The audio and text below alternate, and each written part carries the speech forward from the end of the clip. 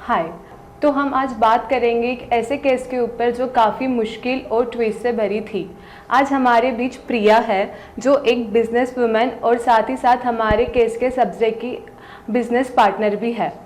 तो प्रिया, मैं आपका स्वागत करती हूँ। प्रिया, आप हमारे व्यूवर्स को आपके केस के बारे में बताइए। Thank you. यस, दरअसल ये केस मेरे लिए एक अलग ही एक्सपीरियंस था।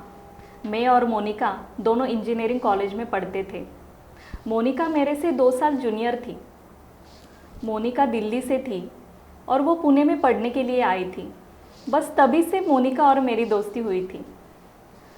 कॉलेज के कुछ सालों बाद हम दोनों ने जॉब किया और जॉब के कुछ सालों बाद हम दोनों ने मिलके एक स्टार्टअप शुरू किया, हैंडलूम प्रोडक्ट्स का।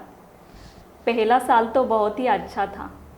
जैसे जैसे हमारा बिजनेस बढ़ने लगा तो मोनिका मटेरियल परचेस और मैं मैन्युफैक्चरिंग संभालने लगे। और मोनिका मटेरियल परचेसिंग के लिए अक्सर दिल्ली, आगरा और बनारस जाती थी और अक्सर 2 या 3 दिन में वो वापस आती थी। पर इस बार कुछ अलग ही था।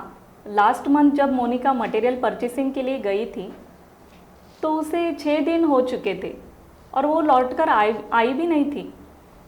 तो मैंने सोचा क्यों ना मैं उसके घर वालों को फ़ोन करूं। तो मैंने उसके घर वालों को कॉल किया तो उसके पेरेंट्स को कुछ भी पता नहीं था। तो हमने मिलकर कुछ जगह पे ट्राई किया, कांटेक्ट किया, जहाँ जहाँ वहाँ पर मोनिका जाती थी। तो उन लोगों को भी कुछ पता नहीं था। तो मैंने कहा, मोनिका के पेरेंट्स को कहा कि हमें पुलिस कंप्लेंट करना चाहिए। तो वो बोले, बेटा अगर हम पुलिस कंप्लेंट करेंगे तो वो बात मीडिया तक जा सकती है और ये मोनिका और हमारे लिए सही नहीं होगा, उसके भविष्य के लिए अच्छा नहीं होगा ये। तो काफ़ी टाइम जाने के बाद, काफ़ी सोचने के बाद मुझे याद आया, मैंने एक बार पढ़ा था कि इस काम में प्राइवेट इन्वेस्टिगेशन काम कर सकती है। तो जैसे ही मुझे ये पता चला तो मैंने तुरंत प्राइवेट डिटेक्टिव एजेंसी को सर्च करना शुरू किया। और जैसे ही मैंने सर्च किया तो मेरे सामने बहुत से नाम और कॉन्टैक्ट डिटेल्स आ गए। मुझे पता था कि हमारे पास टाइम बहुत ही कम है, लेकिन मैंने एक एक करके बहुत लोगों को कांटेक्ट किया। फिर कुछ समय जाने के बाद मैं ऐसे ही बैठी थी तो मुझे एक कॉल आया और वो कॉल था पुणे डिटेक्टिव एजेंसी का। तो मुझे उनकी बातें तो बहुत अच्छी लगी और उनके एक्सपीरियंस और जो टेक्निक थे वो भी अच्छे थे। तो मैंने सोचा कि क्यों ना मैं डिटेक्टिव एजेंसी को कॉल करूं। फिर मैंने उन लोगों को कॉल किया। तो फिर प्रिया, आगे क्या किया आपने? पहले तो डिटेक्टिव टीम ने पूरी जानकारी निकाली और तुरंत ही अपना काम शुरू किया। और डिटेक्टिव को पता होता है कि हर इंसान का एक अलग पैटर्न होता है। तो जब उन्होंने वो इन्वेस्टिगेशन करना स्टार्ट किया तो उनको एक पैटर्न नज़र आया जो ऐसा था। मोनिका हमारे मटेरियल लिस्ट में से एक मटेरियल बार बार एक ही दुकान से खरीदती थी और उसे उस नंबर के लोकेशन से एक कॉल भी आया था। तो मैंने डिटेक्टिव एजेंसी को ये बात बताई तो डिटेक्टिव एजेंसी ने वो लोकेशन के पूरे डिटेल्स निकाले। तो वो लोकेशन था बनारस और वो नंबर था प्रकाश का, जो बनारस की दुकान में एक सप्लायर था। और मोनिका और प्रकाश अक्सर बातें करते रहते थे। फिर प्राइवेट डिटेक्टिव एजेंसी वालों ने बनारस जाने का तय किया और वो वहाँ पर पहुँचे। फिर टीम के कुछ मेंबर्स थे जो उस शॉप में गए और उन्होंने इंक्वायरी की और प्रकाश का एड्रेस लिया और उस शॉप के ओनर से भी बात की। तो वो ओनर बता रहे थे कि मोनिका और प्रकाश दुकान में मिले थे और ऐसा भी सुनने में आया था कि मोनिका और प्रकाश अक्सर दिल्ली आगरा घूमने भी जाते थे।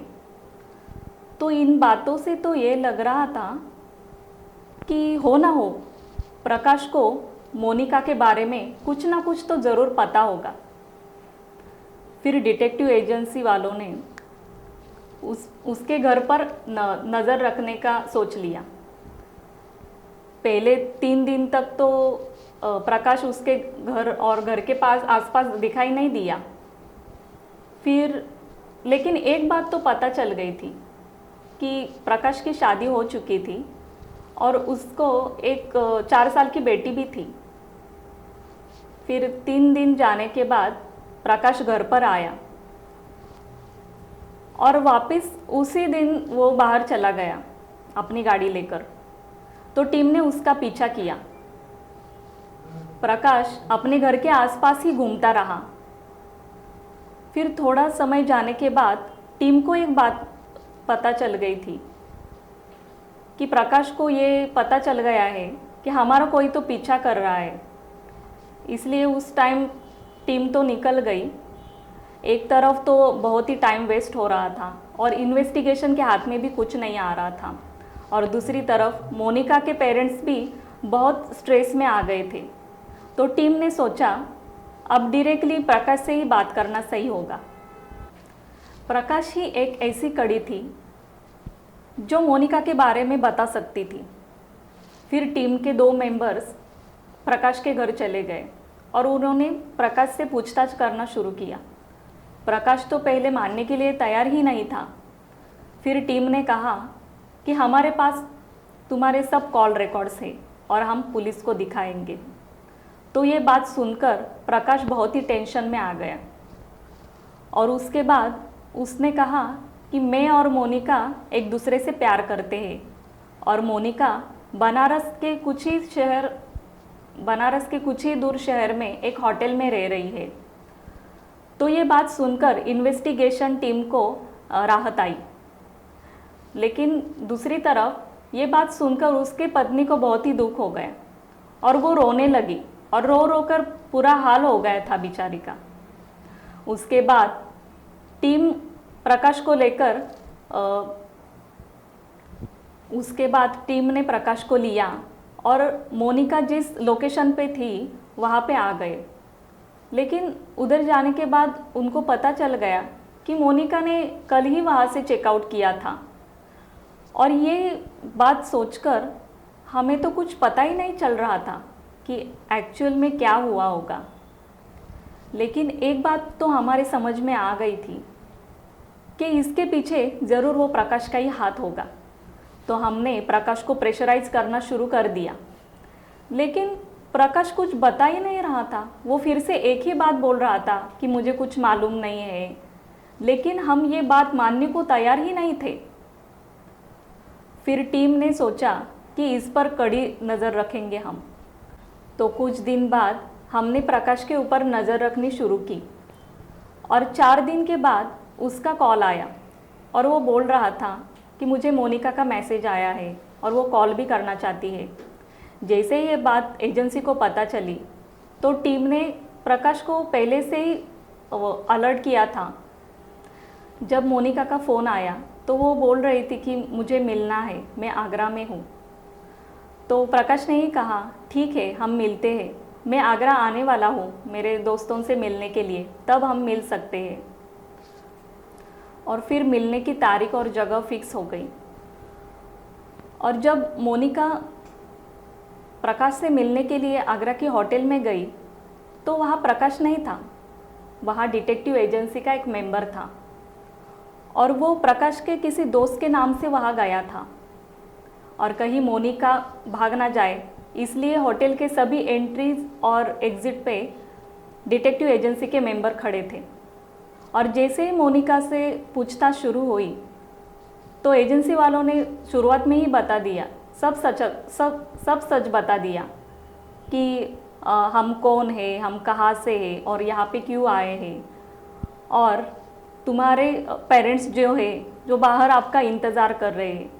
तो ये बात सुनकर मोनिका को तो बहुत गुस्सा आ गया और वो बोलने लगी कि मैं अभी छोटी बच्ची नहीं हूँ, मुझे सब समझ में आता है, मुझे समझाने की कोई ज़रूरत नहीं है। और कुछ समय जाने के बाद टीम ने फिर से उसे समझाया और वो मान भी गई और वो अपने पेरेंट्स के साथ अपने घर गई। अगर हम इमोशनल ना होकर थोड़ा सा सोच समझकर डिसीजन ले तो इससे हमारी लाइफ बहुत ही सुरक्षित और आसान हो सकती है। इस केस में पुणे डिटेक्टिव एजेंसी ने बहुत हेल्प की और ये जो केस है वो बहुत अच्छी तरह से उन्होंने सॉल्व की। एक मिसिंग केस को सॉल्व करना ये आसान बात नहीं है, ये बहुत मुश्किल है। और पुणे डिटेक्टिव एजेंसी का जो काम था और उनके जो टेक्निक्स थे वो बहुत ही प्रोफेशनल थे और कमाल के थे।